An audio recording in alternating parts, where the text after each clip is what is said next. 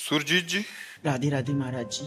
राधे राधे महाराज जी। महाराज जी, प्रश्न बहुत बार आता है कि हमने सबके साथ अच्छा करने की कोशिश की, मदद की, बट बदले में हमें ये मिला वो मिला और नफरत ही मिली। हम ये कहते हैं कि हम किसी के साथ अच्छाई का बर्ताव करते हैं तो हम बदला क्यों चाहे।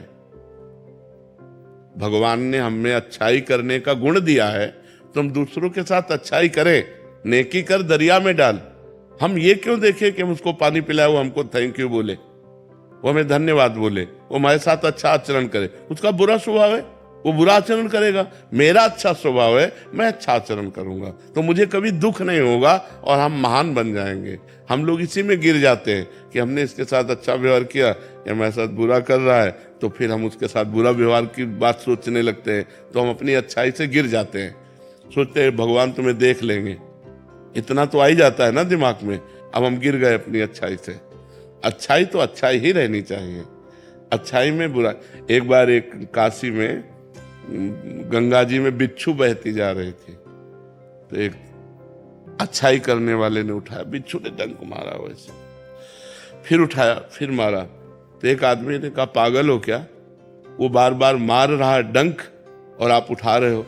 बोले ये उसका स्वभाव है, बिच्छू का स्वभाव है डंक मारना, और मेरा स्वभाव इसे बचाना, मैं इसे बचाऊंगा। और बाहर एक बार कर दिया। तो ऐसे जैसे गलत स्वभाव के लोग हैं, अब आप अच्छा बर्ताव करेंगे तो वो बेचारे करें क्या, उनके पास सामग्री इतनी है, वो आपकी अच्छाई का उत्तर बुराई से देंगे। आपको चाहिए अपनी अच्छाई बचाकर उनकी बुराई को वापस कर दें। वो बुराई आप पर हावी ना हो पावे, आप पर प्रभाव ना डाल पावे, तभी अच्छाई रहेगी। और ये तब हो सकता है जब हम भगवत भाव से करें। इनमें भगवान विराजमान है तो हम इनसे बदला नहीं चाहेंगे, भगवान हमको देंगे। हमारी अच्छाई का फल हमें भगवान देंगे। ये क्या दे सकते हैं, ये बुराई ही दे सकते हैं। इस तो हम प्रसन्न रहेंगे। अगर हम किसी व्यक्ति से ये आशा रखें कि हम अच्छाई करें और वो हमारे साथ अच्छाई करे, तो असंभव। ये कलयुग है, यहाँ कपट छल, मतलब अगर आप उनकी ऐसी परिस्थिति में जब कोई सहयोग नहीं दे रहा, सहयोग दे दिया और उसको पता चल गया कि आदमी तो सरल स्वभाव का दयावान है, तो वो आपको नष्ट करने की भी सोच सकता है कि इसको फंसा लो। वो ये नहीं सोचेगा कि जब कोई साथ नहीं दे रहा था तब इस व्यक्ति ने साथ दिया, मैं कृतज्ञता प्रकट करूं। नहीं, आज का समय ऐसा नहीं।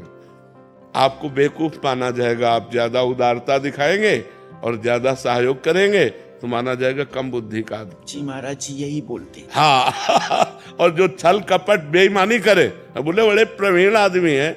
आज सम्मान किनका होता है, दंभी पाखंडी छल कपट का। और सत्य से चलोगे तो बुद्धू कहे जाओगे। दूसरे को जरूरत पड़ी, अपनी जेब से निकाल के दे दिया। दूसरा भूखा है, अपना भोजन दे।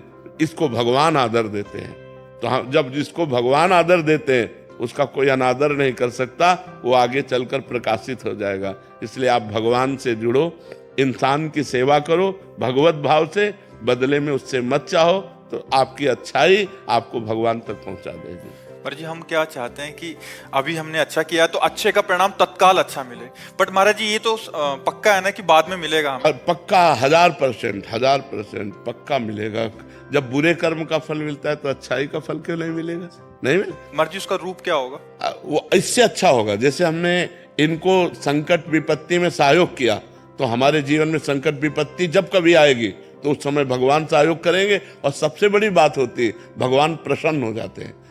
और जिस पर भगवान प्रसन्न हो जाते हैं उस पर सुर नर मुनि सब प्रसन्न हो जाते हैं।